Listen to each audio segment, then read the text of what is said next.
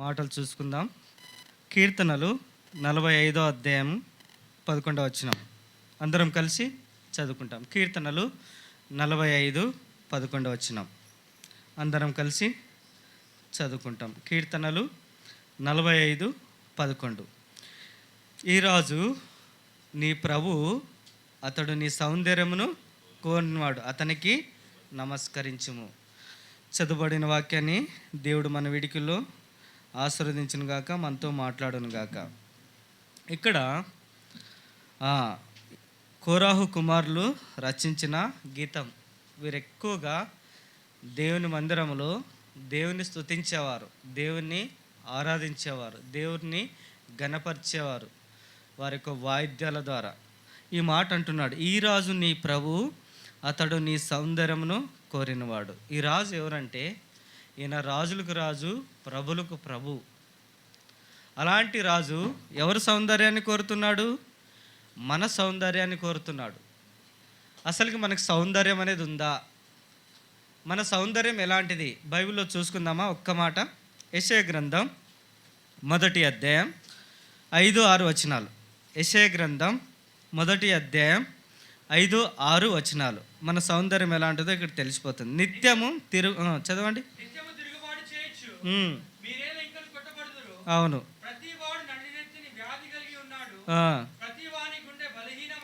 అవును.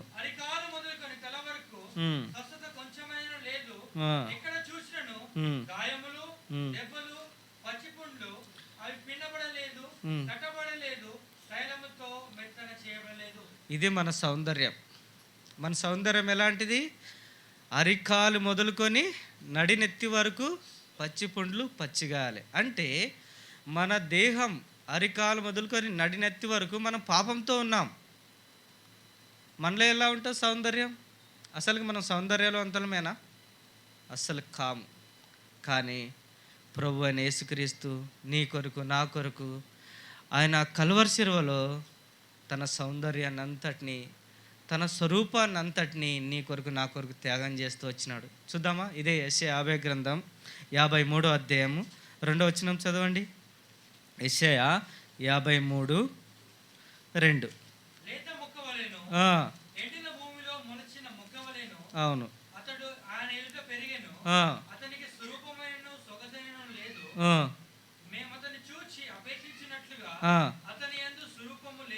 చాలు. ఈ స్వరూపం ఎట్లా కోల్పోతూ వచ్చినాడు ఆయన? ఆయనకు స్వరూపం లేదా? ఉందా లేదా? ఉంది. పరమగీతములు 5 అధ్యాయం మనము 14-15 వచనంలో చూసే సులమితి ఈ విధంగా తన యొక్క భర్తని, అంటే ప్రభు అనే క్రీస్తుని ఇలా వర్ణిస్తుంది. నా ప్రభు రక్తవర్ణుడు, ధవళవర్ణుడు, 10,000లో అతి కాంక్షణీయుడు. ఆయన గుర్తించవచ్చు. ఆయన కళ్ళు గువ్వుల వంటివి, ఆయన వెంట్రుకలు కాకపక్షం వలె నల్లగా ఉన్నాయి. మరి అలాంటి సౌందర్యం కలిగిన దేవుడు నీ కొరకు, నా కొరకు కల్వరి శిలువలో తన స్వరూపం, తన సౌందర్యం మొత్తం కోల్పోతూ వచ్చినాడు. ప్రియులారా, ఎంత సౌందర్యం మనకి ఇస్తూ వచ్చినాడు కదా. ఆయన మానవుడిగా, మధ్యవర్తిగా వచ్చి నీ కొరకు, నా కొరకు తన సంపూర్ణమైన సౌందర్యాన్ని కోల్పోతూ ఆయన కోల్పోతూ ఆ సౌందర్యాన్ని మనకిస్తూ వచ్చినాడు. అందుకే ఈ రాజు నీ ప్రభు, అతనికి ఆయన నీ సౌందర్యం కోరినవాడు, అతనికి నమస్కరించము. ఎందుకు నమస్కరించాలి? ఎందుకు వర్షిప్ చేయాలి? ఎందుకు ఆరాధించాలంటే, అరికాలు మొదలుకొని నడినెత్తి వరకు ఏ మంచితనం లేదు మనలో. ఒకప్పుడు మన మాటల్లోనూ, మన తలంపుల్లోనూ, మన ఊహల్లోనూ, మన బట్టల్లోనూ, మన నడకల్లోనూ ఏ మాత్రం మంచిది లేదు. కేవలం ఆయన కృప, ఆయన చేసిన సిలువలో త్యాగం బట్టి మనం ఇప్పుడు సౌందర్యంతో, సంతోషంతో, ఆనందంతో ఆయన ఆరాధించడానికి వచ్చినాం. ఒకప్పుడు మన ఆరాధన ఎట్లా ఉండేది? పోయేవాళ్ళం, ఇంతే. ఇంక మన ఆరాధన అంతే కదా. ఇప్పుడు మనసారా, హృదయమారా, నోరారా ఈ ఆరాధన ఎవరైనా చేయగలరు? ప్రపంచంలో ఎవ్వరు చేయగలరు. అది ఒక్క క్రైస్తవులకు మాత్రమే సాధ్యం. ఒక విశ్వాసులకు, ఎవరైతే రక్షణ పొందింటారో, ఎవరైతే ప్రభుని సంపూర్ణంగా అంగీకరించినారో వారికే సాధ్యం. ఈ సౌందర్యం నీకు, నాకు ఇచ్చినాడు. ఇది నిజమైన సౌందర్యం, ఇది నిజమైన బ్యూటీ. ఆరాధించడం అనేది ఒక సౌందర్యం, ఒక కళ. ఇది మనం అనుకుంటాం పాటలు పాడడం లేకపోతే ప్రార్థన చేయడం ఇవన్నీ అనుకుంటాం, కానీ వర్షిప్ అనేది చాలా శ్రేష్టమైన ఆరాధన దేవుని దృష్టిలో. అందుకొరకే మనం యెహోవా కృపాతిశయం పాట పాడుకున్నాం. దావీదంతా పాటలు పాడిందంటే ఇట్లా మన కింద మనలాగా ఫ్యాన్ల కింద కూర్చొని రాయలేదు అవన్నీ. 74 కీర్తనలు అరణ్యంలోను, గుహల్లోను, లోయల్లోను, తన కుమారుడు తరుపుతున్నప్పుడు, సౌలు తన మామ తరుపుతున్నప్పుడు, ఆ సిగ్లకులో తన కుటుంబాన్ని, తన పిల్లలంతటిని పోగొట్టుకున్నప్పుడు, ఆకీసు రాజు దగ్గర ఈయన 10,000 మంది అని చెప్పుకొని ఫిలిష్తీయులు ఈయన చంపుదామని చెప్పుకున్నప్పుడు రాసిన కీర్తనలు ఇవన్నీ. కాబట్టి ఆయన సౌందర్యం ఎలా కోరుతూ వచ్చినాడు? మన సౌందర్యం ఏంటంటే, మన సౌందర్యం అంతా నశించిపోయేది, మన సౌందర్యం అంతా గతించిపోయేది. అయితే ఇప్పుడు ఏం చేసినాడు తెలుసా? ఆయన సిలువలో ఆ సౌందర్యాన్ని కోల్పోతూ ఆ సౌందర్యం మనకి ఇచ్చేసినాడు. ఆయన హెవెన్కి వెళ్ళిపోయినాడు. ఇప్పుడు ఆ సౌందర్యంతో మనం ఆరాధిస్తే మనం కూడా హెవెన్లో, పరదేశిలో, ఆయన నిత్యత్వంలో ఎప్పుడు ఎల్లప్పుడూ ఆయన్ని ఈ సౌందర్యంతో మనం ఆరాధిస్తాం. అందుకొరకు ఈ రాజు నీ ప్రభువు, అతడు నీ సౌందర్యం కోరినవాడు, అతనికి నమస్కరించి. ఎందుకు నమస్కరించాలంటే మనకు సౌందర్యం లేదు. మనం ఎన్నో విషయాల్లో మనం పడిపోయిన వారం.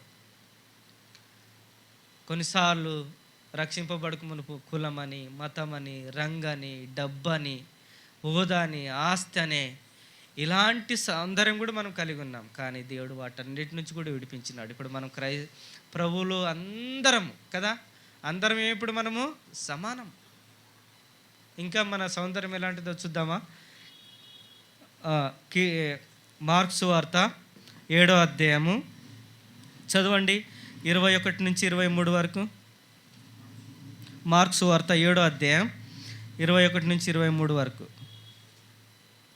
లోపల నుండి అనగా మనుషుల హృదయంలో నుండి దురాలోచనలు, జారత్వమును, దొంగతనమును, నరహత్యలను, వ్యభిచారములను, పాపములను, చెడుతనములను, కృత్రిమములను, కామ వికారమును, మత్సరమును, దేవదూషణను, అహంభావమును, అవివేకమును వచ్చును. ఇవి 13 ఉన్నాయి. మీరు కౌంట్ చేస్తే 13 ఉన్నాయి.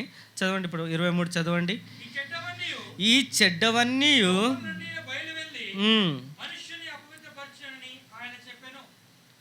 ఇవన్నీ లోపల ఉంటే సౌందర్యం ఉంటుందండి. అందుకొరికి ఆదికాండం 6వ అధ్యాయం 5వ వచనంలో ఉంది, మనుషుని హృదయము చెడిపోయింది, అది ఎంతో ఘోరమైన వ్యాధి గలది. ఈ చెడిపోయిన హృదయంతో ఉన్నవానికి సౌందర్యం ఉంటుందా అండి? ఉండదు. కొంతమంది చూడండి, మరి తప్పుగా అనుకోకండి, క్యాన్సర్ వచ్చిన వాళ్ళకి కానీ లేకపోతే షుగర్ వచ్చిన వాళ్ళకి కానీ, అంటే వాళ్ళు ఫైనల్ స్టేజ్లో ఉన్న వాళ్ళు చూడండి, మరి వాళ్ళు ఎంతో బలహీనమైపోయి ఉంటారు. పోరాడి పోరాడి పోరాడి పోరాడి ఆ సౌందర్యం కనిపించదు వాళ్ళు.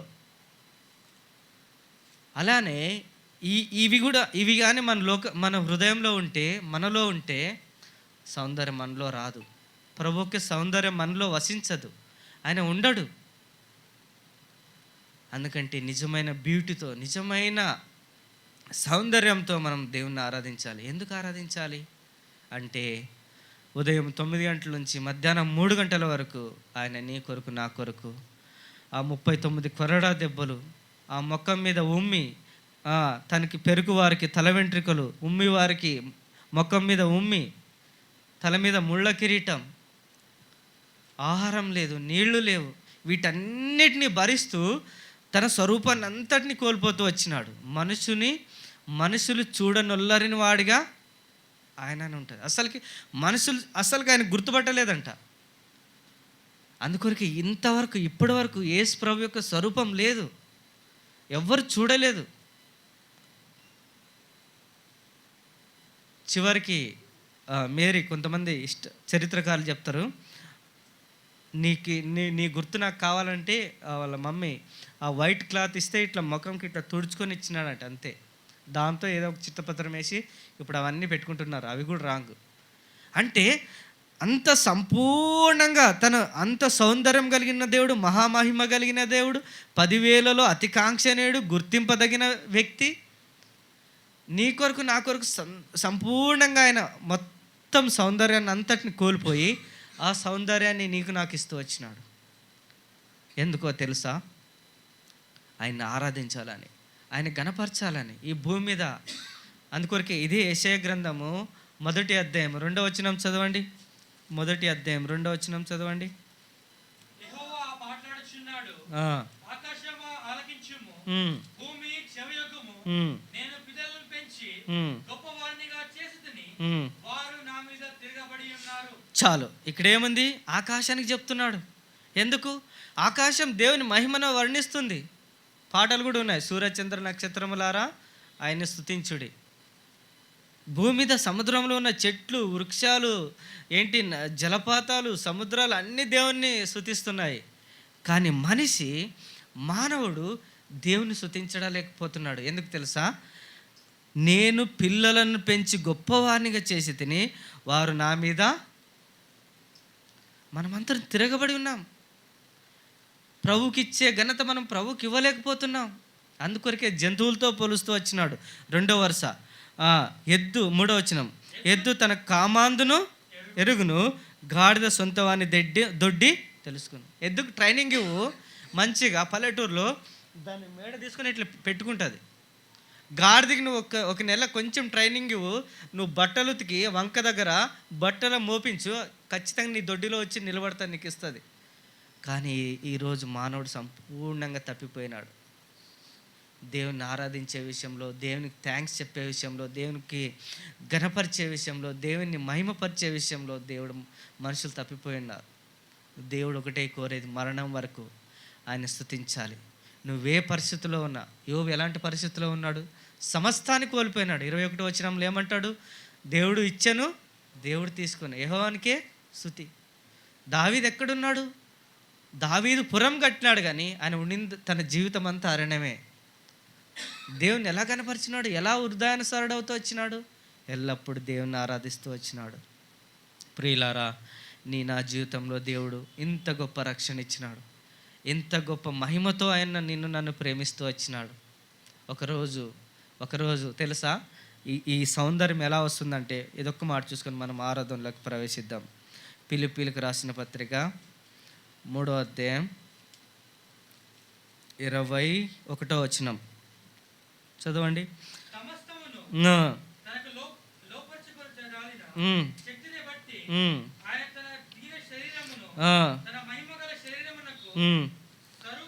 సమరూపం గల దానిగా మార్చు. ఏంటి దీన శరీరం?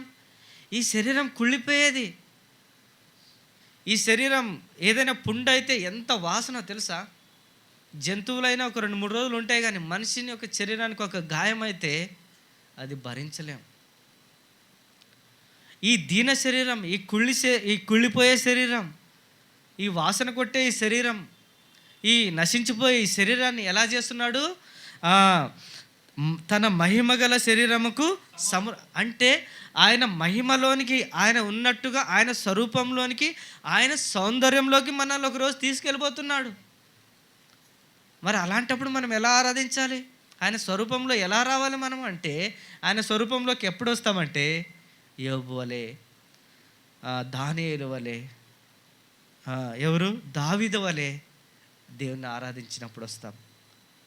సౌందర్యం రాదు. ఎప్పుడు వస్తుందంటే సౌందర్యం, దేవుని ఎప్పుడైతే దీవారాత్రాలు ఆరాధిస్తారో, దేవుని స్తుతిస్తారో, దేవుని గణపరుస్తారో, వారే ఈ సౌందర్యం కలిగి ఉంటారు.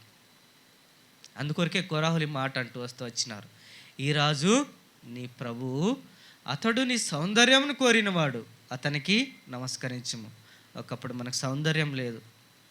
ఒకప్పుడు మన మాటలు, మన తలంపులు, మన బట్టలు, మన కూర్చొనే విధానం, మన నడిచే విధానము, మన స్నేహము, మన పద్ధతులు టోటలీ డిఫరెంట్. ఇప్పుడు ప్రభు నమ్ముకోవడం వల్ల, ప్రభుని విశ్వసించడం వల్ల, ప్రభు ఆ రక్షణ ఇవ్వడం వల్ల, ఆయన ప్రేమించడం వల్ల టోటల్గా ట్రాన్స్ఫర్ అయిపోయినాం. మరి ఎంతగా ప్రభులోకి మార్పు చెందినప్పుడు దేవుని ఇంకా ఎంత గణపరచాలి? కాబట్టి నమస్కరించాలంటే అక్కడ దేవుని ఆరాధించడం, గణపరచడం. కాబట్టి మన జీవితకాలం అంతయు ఆయనకి మన బ్యూటీ అంటే మన సౌందర్యాన్ని ఆయనకి ఇవ్వాలని ప్రభు కోరుతున్నాడు. ఈ మాటలతో దేవుని మనము స్తుతిద్దాం. దేవుని మాటలు దీవించును గాక.